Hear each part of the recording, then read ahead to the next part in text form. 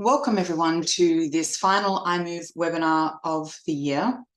I would like to acknowledge that I am streaming from the land of the Gadigal people of the Eora Nation and pay my respects to the elders. I'd also like to acknowledge that this is brought to you by iMOVE Australia with partners Institute for Transport and Logistics Studies and Transport for New South Wales. My name is Cecilia Warren. I'm a board member of iMOVE Australia. I'm an advisory board member of the Institute for Transport and Logistics Studies, and I'm a customer of Transport for New South Wales. So I'm delighted to be hosting the conversation here today. We will be asking and inviting you to participate by way of Q&A questions. So please use the Q&A function rather than the chat function to submit your questions. We believe there'll be lots of interest in this topic. And particularly as what we have here is really some good insight into the design of a regional town and rural hinterland mobility as a service blueprint project. It's a mouthful, probably referred to as a blueprint from here. And a quick overview for those who don't know, but I imagine many people who are joining do, that the idea of mobility as a service, often referred to as MaaS, I'll defer to my friend Professor David Henscher for a quick summary of it, and that is that it's a framework for delivering a portfolio of multimodal mobility services that places the user at the centre of the offer. And then to summarise further, that it is mediated by a broker through a digital platform. So what we have here is a fabulous intersection to see how this plays out by way of research in a regional and rural setting. Our speakers today are Professor John Nelson, who is the Chair in Public Transport at the Institute for Transport and Logistics Studies, and he brings global expertise, a rich history in researching transport throughout the world, and he joined us here in Australia in February 2019. And we are also joined by Sue Wiblin, who is the Executive Director of Emerging Technologies at Transport for New South Wales. And Sue has got a rich history that intertwines community, member-based understanding of transport, industry and government. And Sue, I might open with you to give a few words. Just before I do though, I should also acknowledge that after Sue has given an overview of the project context, John will do a deep dive into what the research has found and the insights that we have, the methodology, etc. And then we'll have in the panel discussion, we'll be joined by Darren Clower, who is from the Customer Strategy and Value Creation team at Transport for New South Wales. So it'll be a fabulously rich conversation. And I invite you, as they occur, to start to send your questions through to the Q&A function. Without any further ado, Sue, can I invite you to share some project context from your perspective?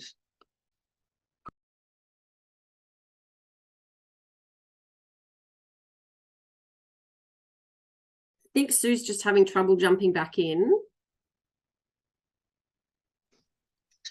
Okay, Sue, what we might, oh, here we go. Fabulous. Sue, over to you to give some project context. Thank you. Yeah, thank you. And so sorry about that. Technical issues, which is always the case when you've got an emerging technologies title. But I'm very pleased to be here today to talk about a little bit about this really exciting research. So Transport for New South Wales commenced this research in 2021 with the Institute of Transport and Logistics Studies at the University of Sydney through iMOVEs to really look at a regional footprint for MaaS. So I think that's what's really exciting about this research is that the deep dive into the context of MaaS in regional communities.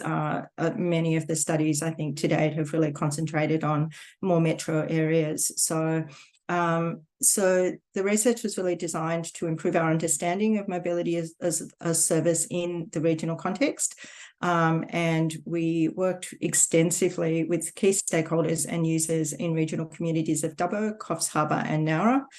I think that also what we looked at too was what are the challenges facing these regional communities and trying to recognise what the potential of MaaS was really to address these certainly in a regional context, one of the issues is the lack of public transport. So unlike a metro model where you've got lots and lots of mobility options, this research really looked at what options were available, how people were moving in regional communities, and how you could bring that together in a MaaS service. So one of the things that came strongly out of this was that reducing social inclusion and being able to improve client access and well-being was really important concept that we could address in this setting with MaaS. So certainly the current barriers to meeting mobility needs really relates to the access issues, and there are really limited access to public transport, which creates a sense of isolation.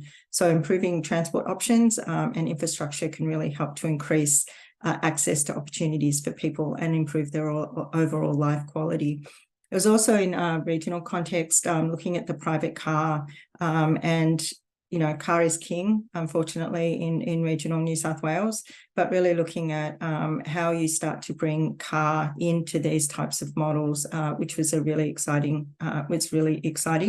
And also looking at all the other modes, sort of private modes, so bookable taxis were identified also as an attractive service offering. So yeah, very, very happy to sort of hand over now and delve into the research in a bit more detail, but it's I think has the potential to really not only impact transport in regional New South Wales, but applications globally for these types of models.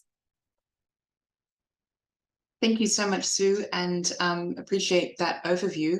Professor John Nelson, Chair in Public Transport for New South Wales, at the Institute for Transport and Logistics Studies at the University of Sydney, welcome you to give your introduction and overview of results.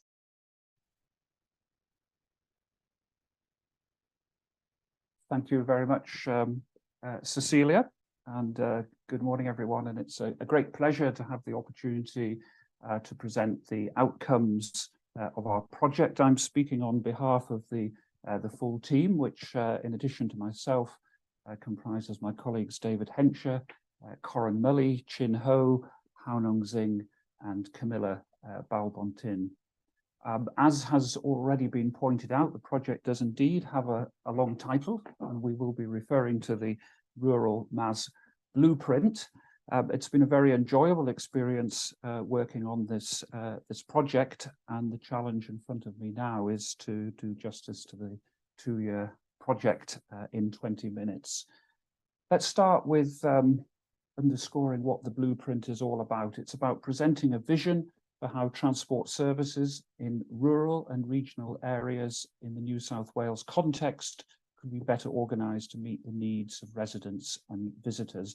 And although we conducted our primary data collection in New South Wales, many of the findings we have, we believe, are widely transferable to other locations.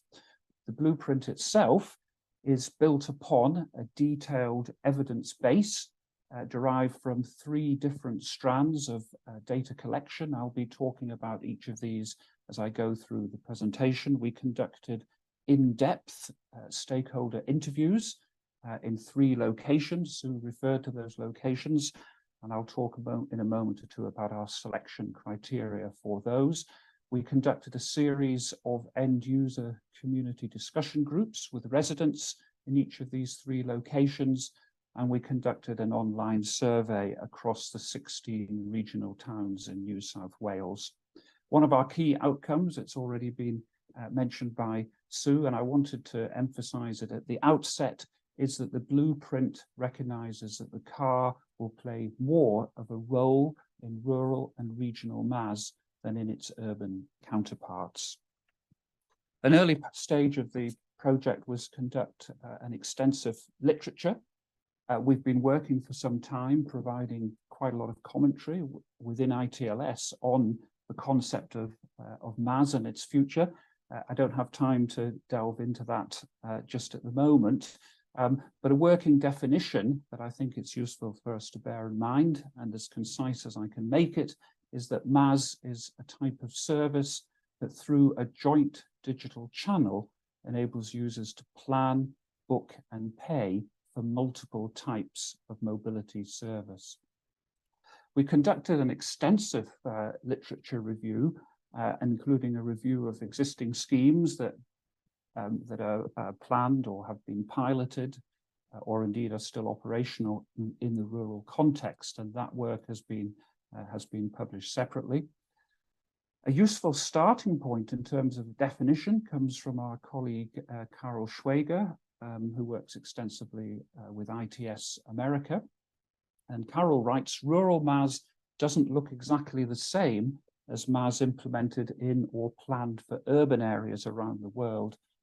The objective of MaaS in rural areas is to increase efficiency and utilization rates of shared transportation options, as well as maintaining sufficient service levels and improving accessibility. When talking about MaaS in an urban context, we often encounter the phrase public transport as the backbone. Now, that clearly doesn't apply in the regional context. There is a transport network, and it is primarily in the long distance context. So an important distinction to bear in mind is that rural and regional MaaS is more likely to be focused on the wider access long distance regional network, and therefore enabling residents in particular to access that wider network becomes particularly important. And this was something that came out of our discussions with the end users, for example, in the context of needing to travel, say, to Sydney for a medical related appointment.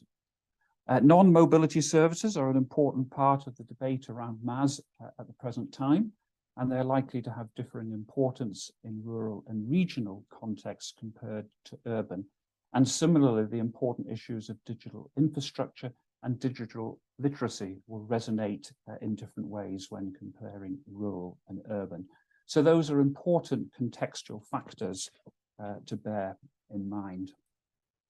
In terms of the vision of the blueprint, and this is set out at the beginning of the document, we've identified the following. We want to explore how to improve access to services, both local and more distant, hence my reference to the regional transport network a moment ago, within the context of justice and fairness, and with a focus on disadvantaged and contributing to overall sustainability. Those may well be objectives that you wouldn't necessarily associate with MaaS as it is largely understood.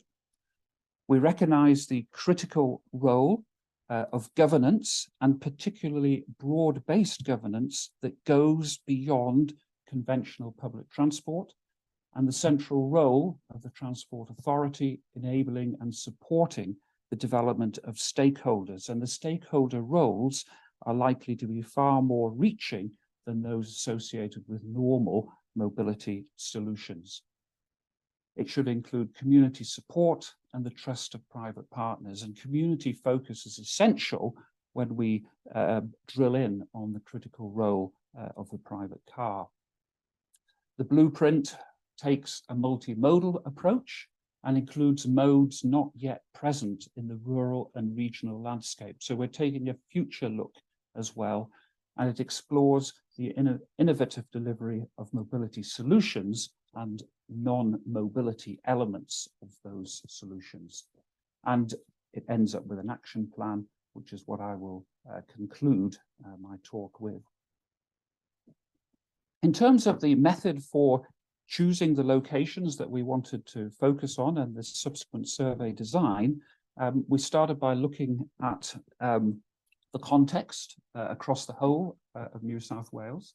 And based on an assessment of existing levels of public transport accessibility, on economic links, and indeed on tourism potential as well, on aspects of justice and fairness and disadvantage, for example, drawing from the CIFA indices, we finally, in consultation with our colleagues from Transport New South Wales, alighted on 3 locations: Nowra, Dubbo and Coffs Harbour. And we used those 3 locations as the points for detailed investigation via our stakeholder interviews, which were conducted, I should emphasize, with transport and non-transport providers to explore the barriers and business opportunities in the 3 locations. We conducted a total of 17 of these in-depth interviews. In the same 3 locations, we explored current transport needs and experiences among regional and rural residents using a series of community discussion groups. And we also, in order to enable us to generalize up from these 3 locations, conducted an online survey of residents across the 16 regional towns. Just showing the 3 locations there in terms of their geographical context. This enables me to emphasize that we were interested not only in, for example, the center of activity in each location, but also in terms of the hinterland, which can be measured here in case of time-based segments, because we want to be able to appreciate the barriers to accessing local services and opportunities as well. We began in terms of our data collection with a transport audit of the situation in each of our 3 locations, and it's important, perhaps as you would expect, that different cities or towns have different mixes of modes and different levels of service within each of these modes. But there's a few common patterns that emerge here. For example, in terms of the local bus service, none of our locations had any services offered on Sundays. In terms of community transport, there's no service offering in the weekends. And there's a considerable disparity in terms of fleet size. So, for example, 80 vehicles in the community transport fleet in Coffs Harbour is a sizable fleet. ODT is fairly sparse. That can be seen perhaps as an example of a mode for future implementation, but where it currently exists, no services at weekends. Taxi services relatively limited, and in context of one of the newer modes, and a mode that we describe as one that has been transferred from an urban context, Uber car share has arrived, certainly in the case of Nara, with around about 150 vehicles. And so it is clear that we need to move beyond the current service offering and to consider what innovation beyond conventional modes might be. And in the latter part of my talk, I will highlight some ideas that we developed with our community discussion groups around the concept of what we're calling the Car Community Club. Also, by way of preparation, we did quite a detailed stakeholder analysis and stakeholder identification, and this allowed us to identify interviewees for the in-depth interviews. And as I mentioned before, and this is illustrated with examples from the New South Wales context, it was extremely important that we incorporated both transport service providers and non-transport service providers, which could also include organisations with the responsibility for the commissioning of transport services. Moving on, and we'll look now at some of the highlights from the different aspects of the data collection. 17 in-depth interviews analysed using the NVivo software to allow us to draw out a number of key themes relating to barriers and opportunities and attitudes towards different aspects of MaaS. And you'll be pleased to know the next slide is a summary of the key findings that come out of that interview analysis. It's important to recognise that there are varying perceptions of need, particularly from the perspective of service and non-service providers themselves. There was some consensus on the importance of achieving closer integration between the various mobility services, the current offer tending to be rather fragmented. This idea of a greater role for car-based services emerged out of the in-depth interviews as well. And so this led us to argue that regional and rural MaaS should be built on a mix of car-based and also more flexible forms of public transport and innovation beyond conventional mode offerings. Something that was very important and also echoed in the community discussion groups was the need for the option of traditional booking methods to be maintained. At last but not least, because this really is the the cornerstone underlying a lot of the ideas in the blueprint, the need to have solutions that reduce social exclusion and improve well-being come to the forefront. Now, it's interesting to compare and contrast the perspective of the service providers and non-providers with that of the real citizens. And it was very clear that any alternative to car travel, for the most part, fails to meet the needs of the vast majority of users. I don't want to dwell on this too much. It could actually be quite depressing reading, couldn't it? The unaffordability of the existing offer, unreliability, insufficiency, the incompatibility of systems. For example, I've got a taxi voucher, but I want to use it to travel on a bus and so on. The insufficiency of resource, particularly where one is dependent on the voluntary sector. And these barriers are significant enough to impede the sense of independence, control, security and freedom that many of us take for granted. We can drill down a little bit further in terms of these categories of disadvantage, and there's quite a nice sort of trichotomy that we used here relating to those that could be classified as having an impact on functional impact. That's being able to get to where I need to go when I need to get there. Social impact, that's about being able to get about consistently and independently. And emotional impact, that's impacted by this need to feel competent and safe when I get there and back. And what we were able to do is kind of turn these on their head and talk through some of the options that might be possible. For example, if the functional impacts were able to provide better access to facilities, the social impacts were addressed by making services more convenient, for example, more affordable, there's an example. In the middle, we have the emotional impacts there, enabling the user to feel in control. And we encouraged our participants to talk through what they saw as the gold standard of transport service in provision. And in a nutshell, this is a comment, this is a type of comment that we're really trying to resolve. Make it easier to get all the way to medical appointments in the city with a companion and stay overnight without breaking the bank. Keep those ideas in mind as I move on in just a moment to the car community club concept. In the online survey, we included a stated choice experiment because we wanted to understand what modal and non-modal services might be integrated into future MaaS products.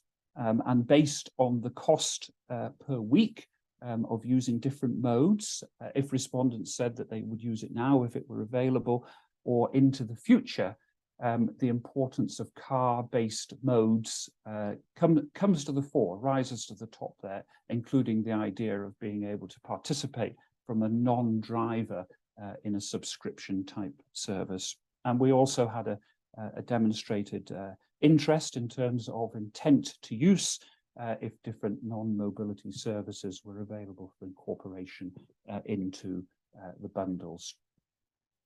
Almost to the last section of the talk, innovation beyond conventional modes.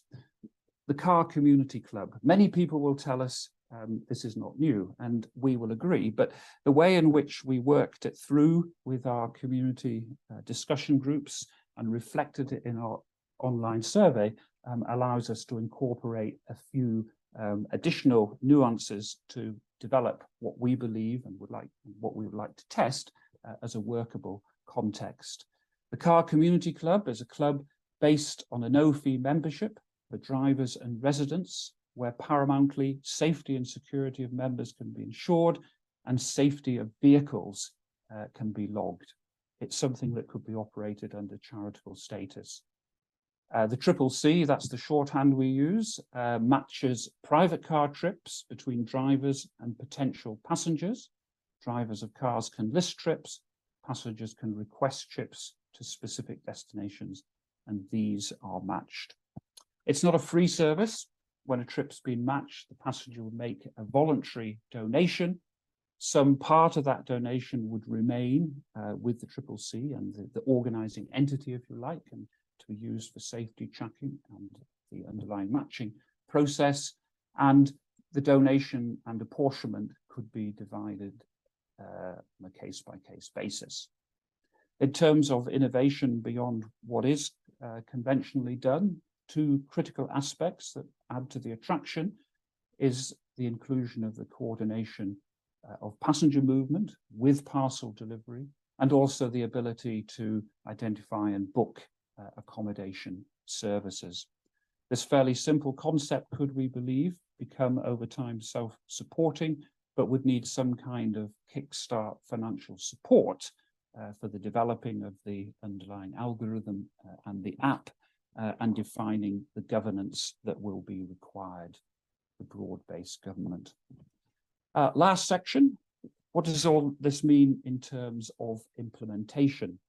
Well, the blueprint concludes with a detailed implementation plan, and we talk about each of the steps that we have identified for implementation in terms of defining a vision, establishing that broad-based community framework, conducting stakeholder engagement, confirming the legislative context, important if one is going for innovation beyond conventional modes, developing the MaaS platform and infrastructure required, developing the implementation plan, doing the marketing, and that's often where shortcuts are taken and only tiny budgets are identified, implementing the platform, monitoring and evaluation, another important section which should not be omitted, and ultimately scaling up. Now, clearly, I can hear people saying, you know, what about the financial context of implementing rural MaaS? Well, we do need to look at ways of providing better outcomes from available funding sources, recognizing that that may differ in rural and urban contexts. And we're delighted to be just having embarked on a new iMOVE project with our colleagues from TMR, which will enable us to work towards scalable MaaS in the context of what we call our utopian MaaS ecosystem. New initiatives are going to need to be funded, a greater role for the private, and that tracks back to having the community involved in the governance and in the specification of needs. And we've also demonstrated that there is scope for bundling. My last slide, the action plan beyond the blueprint. I put this in generic terms because I wanted to highlight the potential for transferability. The blueprint provides foundations for the Transport Authority to act on. We identify as a priority the establishment of the governance framework. And if we want to move from concept to practice, the governance framework is absolutely essential.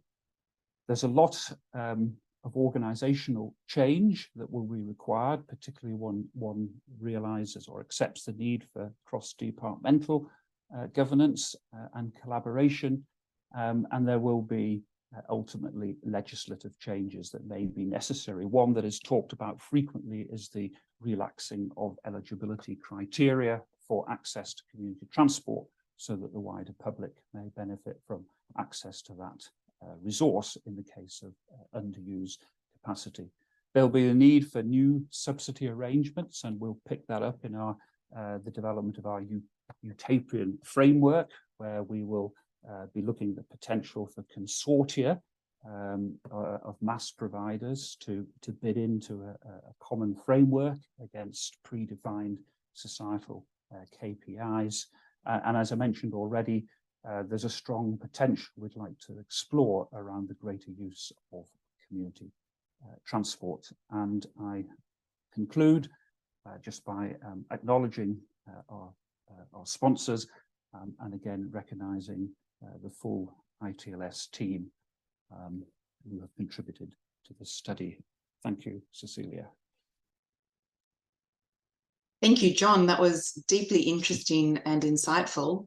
I invite now the panelists to turn their cameras on and open up their mics for a robust conversation. So Sue Wiblin, who's the Executive Director of Transport for New South Wales Emerging Technologies, Professor John Nelson, and Darren Clower, who has joined from the Customer Value and Value Creation and Customer Strategy team. My apologies.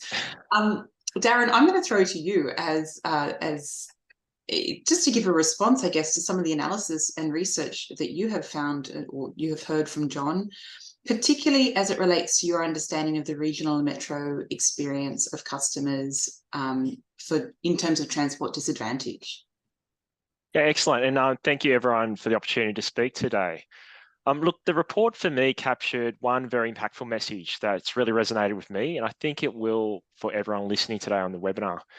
It was really that message around that our regional areas have been experiencing long-term transport disadvantage, and that there's a gap between passenger net mobility needs and the transport services and solutions that are provided. I think it'd be challenging to find anyone who disagree with this message. And the survey's analysis is certainly from this report, I should say, the survey's analysis undertaken is certainly trying to pinpoint those areas that this message is most prevalent for. Look, and some of the key themes that really hit home for me, focusing that transport disadvantage experience space, are those transport advantages people who live closer to major cities may enjoy. Such as, and this is really identified and zoomed in on the report, the difficulty of going shopping or attending medical appointments, which Professor John just spoke to. That accessibility of transport at nights and weekend services, and those gaps across there at many of our communities. And certainly the reliance on others or alternative, less mainstream transport options. But they're saying that there is great opportunity in the regional space to uplift some of those service levels that we offer. And it's a great call out in the report, in particular, that program that Transport has in place, being the 16 City Regional Improvement Program. And that program itself, it's been rolling out new regional bus services for close to 4 years now, with some great benefits and outcomes being captured by our customers. But I really think it's initiatives like those that we're needing to see and that we're working on, that are starting to try to address some of that parity with the service levels in regional New South Wales. Fabulous, thank you, Darren.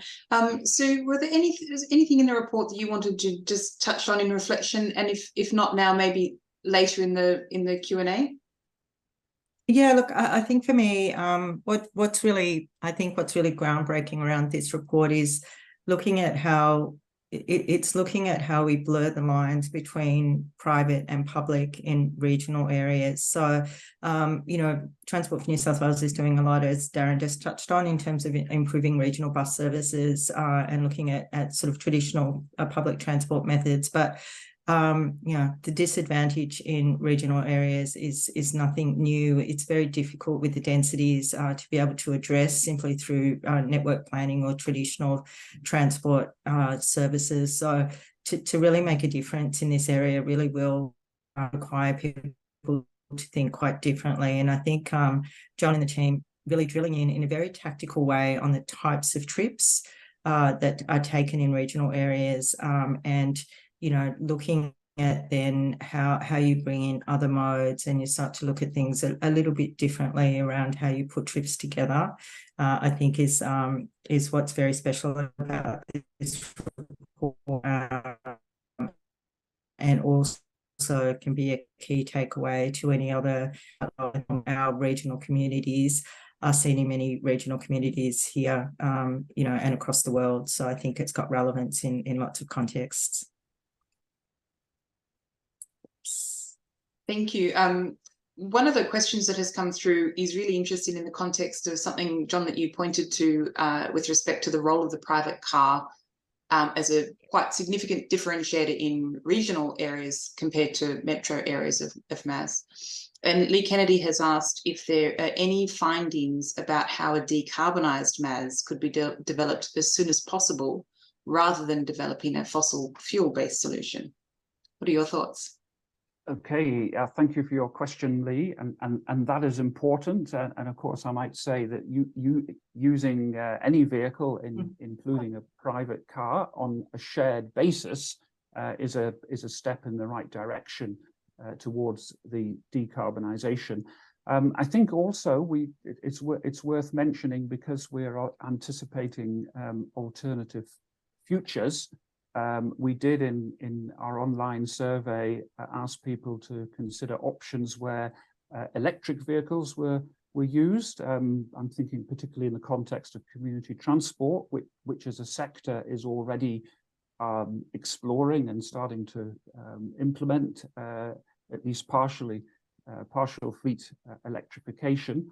And picking up actually on the comment that Claire Thompson has popped in there relating to WA, because WA I think are quite well advanced in the rollout of their electric vehicle agenda, and that includes very much the regional context as well. Then we absolutely want to do everything we can to promote the use of alternative fuels as part of the decarbonisation strategy in the rural and regional context. That may take us into debates of electric versus hydrogen, and I would refer everyone to the work that my colleague David Hencher is doing in that space at the moment. Sue, did you have any thoughts on that question of the decarbonisation and the role of the car? I think John has covered it in that we're seeing a energy transition generally, as more vehicles become available, as more vehicles become affordable, as we address the unique challenges of the distances that people travel in regional areas as well. So I think these two things will sort of happen in parallel, that you'll start to see the impacts of that energy transition happening, which means, by default, you would start to see more, battery electric or potentially hydrogen vehicles, green hydrogen, coming into these types of models. So, I think that, that it's important to note that both of those things are happening. They have impact on each other, but it's difficult to speed up one without the other. So that's Fabulous, thank you. Darren, I wanted to ask you, thinking to John's research that he shared, how will you apply these research findings in your work with the regional and outer metro areas? It's a good question, thank you. And certainly as a custom category planner in my role, the work that's been done here is of immense value, certainly us looking to improve the initiatives that we offer a lot of our customers. And yeah, certainly it's that wider public engagement that's really helping shape our transport programs and the future delivery of our models. And a lot of people listening to this may not be aware, but our agency at the moment is currently working on reshaping our organisation through a number of key task force reviews. And what we want to be able to do is use our great wealth of knowledge and resources essentially across our very large organisation and trying to provide a more targeted response to the regional needs of our customers. But obviously to achieve that, we need to be able to pinpoint and zoom into some of the areas at most at need and at most where the effort is required. But and that's what I find this report's really going to help us with, really enable us to do that. But one of the things I'll call out, and I know the report's only been recently released and everyone hasn't had that opportunity to go through it in great detail, but fortunately I have. I was very impressed with the gold standard model that was pulled together in that report. And for those who haven't had the opportunity to read the report, there was 4 areas essentially of that model, which was essentially integration, better infrastructure, safe, comfortable and convenient services, and finally available, affordable and flexible services being the key word there. So this model is very impactful from my view to capture those challenges needing to be addressed in service delivery and contract design going forward. It's really these challenges, such as ensuring transport services are disability stress-free and seeking the development of services which are both flexible and not timetable dependent, that will inform the development of our future operating models. But as I mentioned, transport's at a very pivotal moment at this time with our organisation being redesigned. And there's a number of regional transport contracts really approaching that contract renewal space. So it's really a great time to have this discussion and to share these findings. But I'd also like to just bring everyone's awareness up to the NDIS review that's only recently been released just last Friday. And the NDIS review in support of this report is really called for the development of more mainstream transport options for people with a disability, and specifically within the local communities that they live within. So I very much see this report and the findings from the MaaS report assisting shaping the development of our future transport models, in particular some of the policies and contracts that we're coming out from renewal and start needing a bit of a refresh.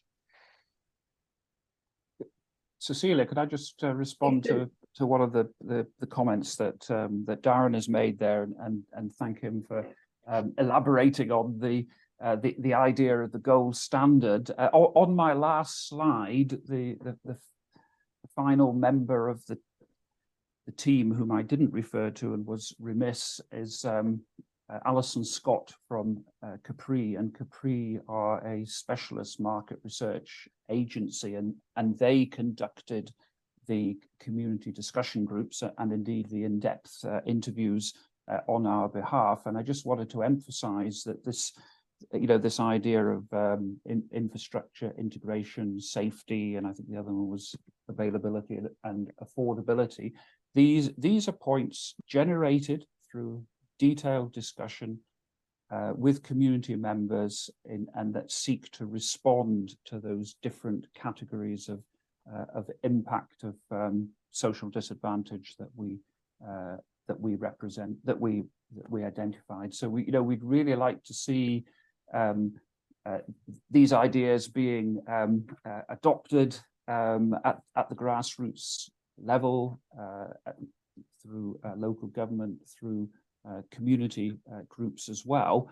And indeed, I think we'd go so far as to say, the readership of the blueprint itself, in its self-contained form, is Annex 5 of the final report, if anyone's busily having a quick look now, given that the URL was just posted. That document is written in a deliberately accessible style, and we'd really like to get that into the hands of anybody with an interest in learning more about how we might improve transport services in the regional and rural context. So John, if I build on what you were just saying there, and the link to what Darren had said, bringing the NDIS report into this, I'll just point people to Lee Wallace's question in the Q&A, where she says, as a regionally located person, I'm interested in the idea of not only connecting the regional areas to large places such as Sydney, but also connecting regional areas to each other in MaaS. Will there be any further research looking at this question?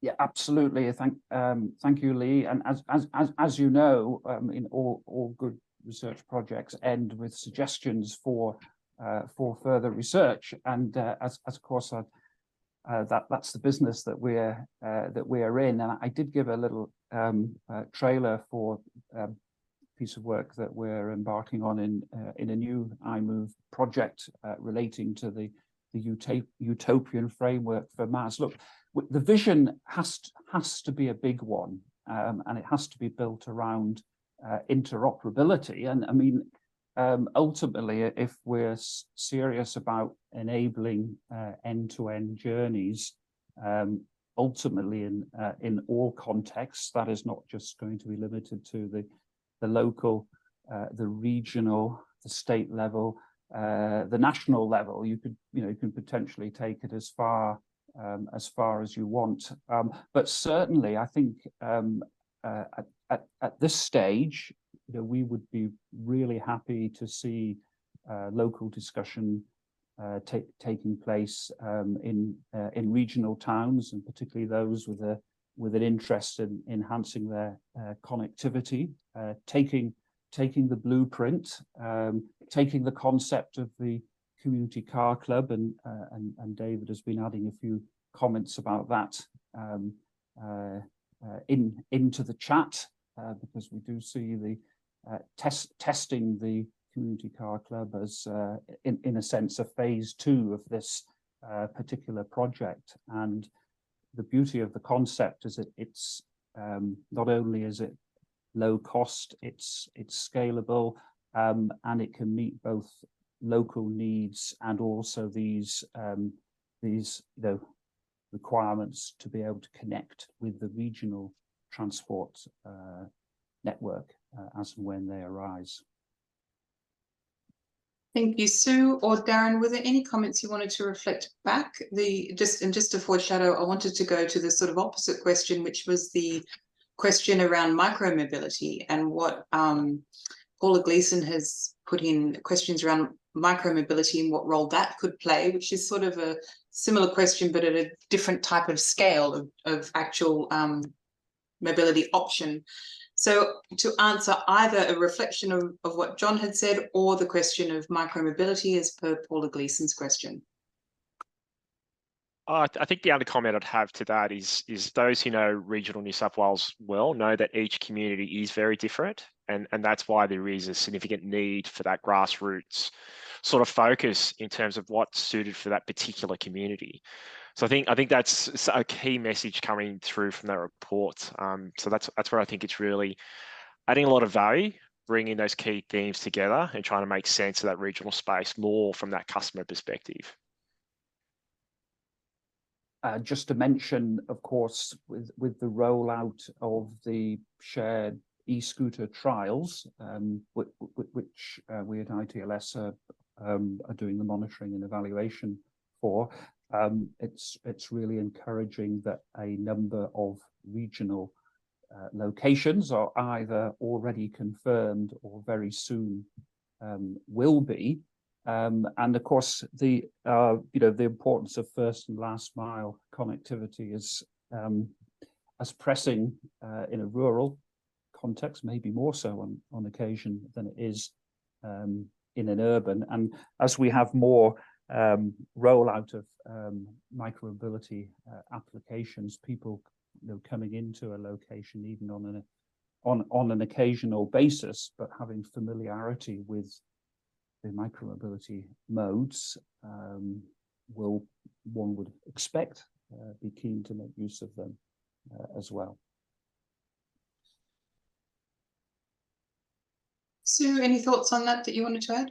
I think so. I think one of the, I think that the one of the things that makes MaaS sort of an important element in terms of transport is the ability to add different types of modes depending on the location. So to Darren's perspective, regional communities, there is no one size fits all solution for a regional community.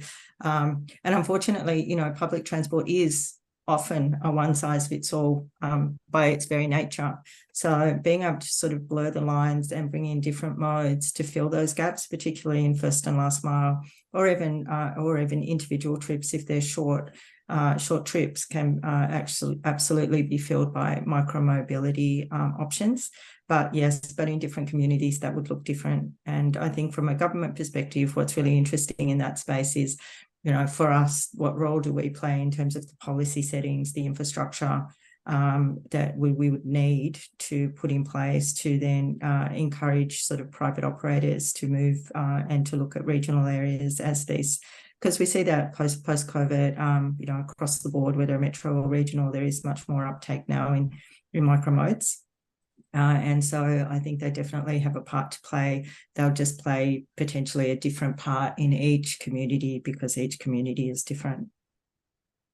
So if I just weave together a couple of the comments and questions. So Claire Thompson asked about in more car-dependent regions in WA and Queensland, for example, and acknowledging David Hensch's comments about the not using sort of energy transition as a reason to discount or preclude the car from these models, given the particular uniqueness of these settings. Can we apply these lessons to Queensland, to WA, to other regional areas? And I apologise, I've got the post at the door.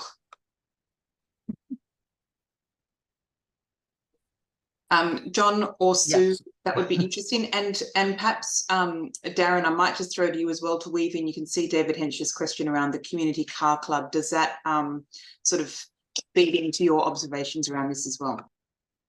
Maybe Darren could go first on that one. Yeah, absolutely. And look, it's a brilliant pickup from the report that is an initiative, and Transport has recently trialed, or is recently trialing in Wollongong some Go Get trials. So it's really building on that premise for that, greater transport options for our customers, and how do we facilitate that as a service delivery model for our customers. And even just that discussion at the moment about those renewable options, and recently as well, Transport is heavily investing in that space, and they've just announced for the Gong Shuttle, which I know well, being a local boy in Wollongong, they're trialing the hydrogen technology on that service as well. So yeah, absolutely, we're looking at those areas and those initiatives. But yeah, to answer your question, we are learning a lot from across the states. It is a bit of a race to net zero, and a lot of the states are doing a lot of great things in that space. So that's the easiest way to get ahead, is sort of learn what they've picked up and try and put that into place where it fits for our customers as well. I think it's worth noting Wollongong already has its shared e-scooter trial Yes. up and running as well. I don't, I don't see that we have any lack of applicability to taking our ideas and testing them in areas that are more car dependent. I mean, clearly where there is, even, I think I use the word fragile, other transport resource in place. I mean, part of, at the end of the day, I guess what we're interested in doing is raising people's opportunity of the possibilities that they might, that they might actually have in front of them. But I think certainly our findings demonstrate that it's looking for this alternative role for the car that has the greatest potential for essentially enabling more people to realize positive outcomes. And so, again, weaving together a couple of the questions and comments that are coming through, local councils and community car clubs, should local councils be involved in driving that, or should that be coming from private sector? Is that a role of governance for the transport authorities? Who's kind of pushing this ecosystem, enabling this network of whether it be community car clubs, or whether it be MaaS offerings, micromobility? There's some more comments in here about micromobility around tourism versus supporting local groups. So my fundamental question is, whose role? Council, or what role can they play? Is it community? How do we kind of get this going? Or is it too early to say?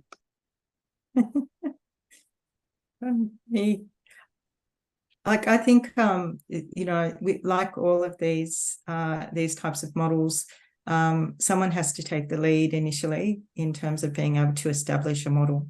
So and I think Darren may have a view too, but government is well placed, I think, to play a lead role in sort of the establishment of these types of models. Would councils be involved? I think absolutely. I think that you would not be able to do anything successfully, particularly in regional locations, without the support of councils as well. Does it require input from private operators? Yes, it does. But I think that you need someone first to bring all the actors together to look at what roles people would need to play, and really just to do this. There's nothing, nothing moves things forward more than actually being able to put something on the ground where you can actually test and trial these things. And then as you do that, then you start to understand, I think, more clearly the role that each party plays. Government's role in mass transit really is, operating public transport services, setting policies, infrastructure, safety standards, a whole range of things. Now, over the longer term, would government necessarily take the lead? Maybe not. Maybe it does sit with councils, or maybe there's a way to establish a model where you've got private operators as well playing a part. But I think to get to that point, you really need someone to step up and take the lead and start to try and bring all of these pieces together to do those test and trial. And I think that government's probably well placed to play that part initially. I would only echo what Sue has said. I think that's a great summary. We're looking here at developing. I think the phrase we used was a broad-based governance, and this needs to, an openness to involve other stakeholders in the discussion as well. But I think certainly in the first instance, in terms of moving towards next steps,